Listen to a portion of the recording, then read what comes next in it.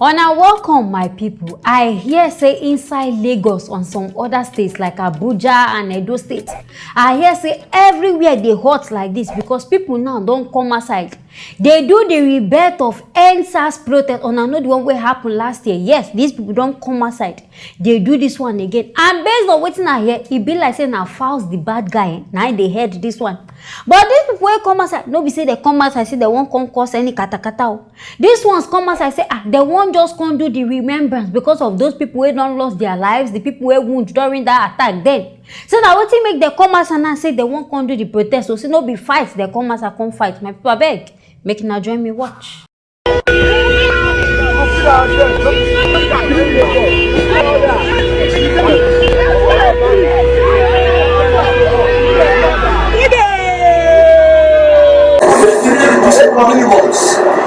And I will not bore you with speeches because today is the day for us to call them by their names.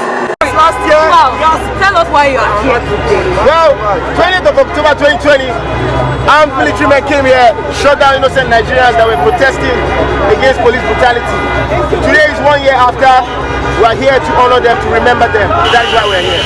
How are you going to react to the fact that they said no protest will take place? It doesn't make sense. It doesn't make sense. Nobody has the right to say that. The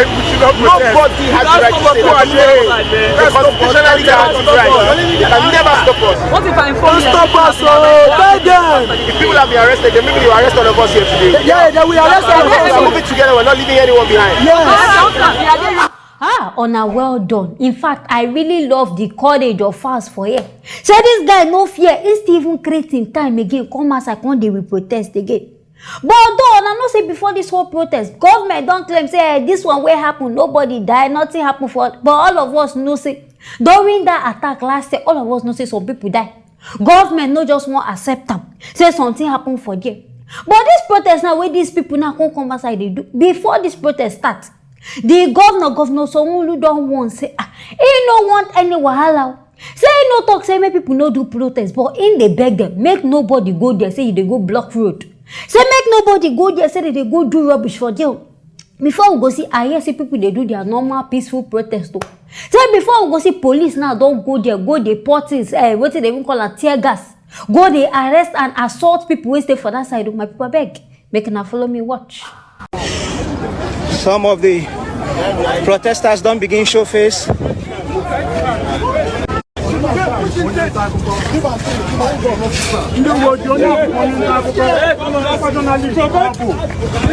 So they are picking a journalist also into the van.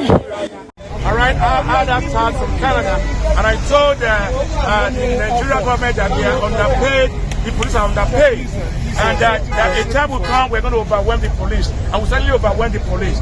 And we have shown that the police have not learned their lesson. Because we see that there's so much injustice in Nigeria. They have never been justice in Nigeria. Look at them ranting again. Look at them ranting. This is a people protest, okay? Don't touch me now. Okay, so why touching me? What about you? Arrest this man!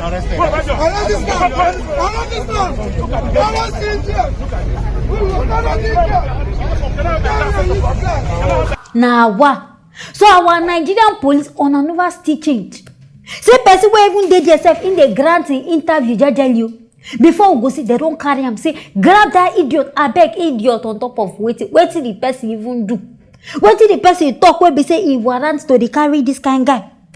And later now they go talk say our they see securities. If say na bandits, they say they go fight that they go talk say they no get equipment. But now see the Black Maria and things where these people carry. Say they won't go use and carry protester. No be say protester carry gun. No be say they carry anything. No be say they won't even use up. What if one they surprise me say even journalists they pack them. Anybody who they don't say okay their power pass this one they go carry the person in which you know supposed to be so.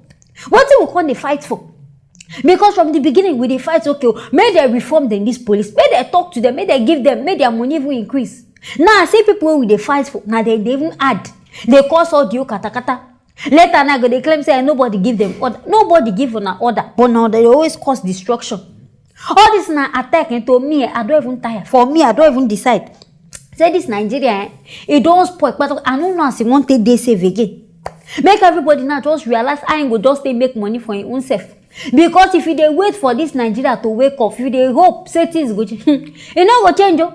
With the ones wey I dey see now, young youth just come and say, make dem just do remembrance. So this one sef una don carry am personal.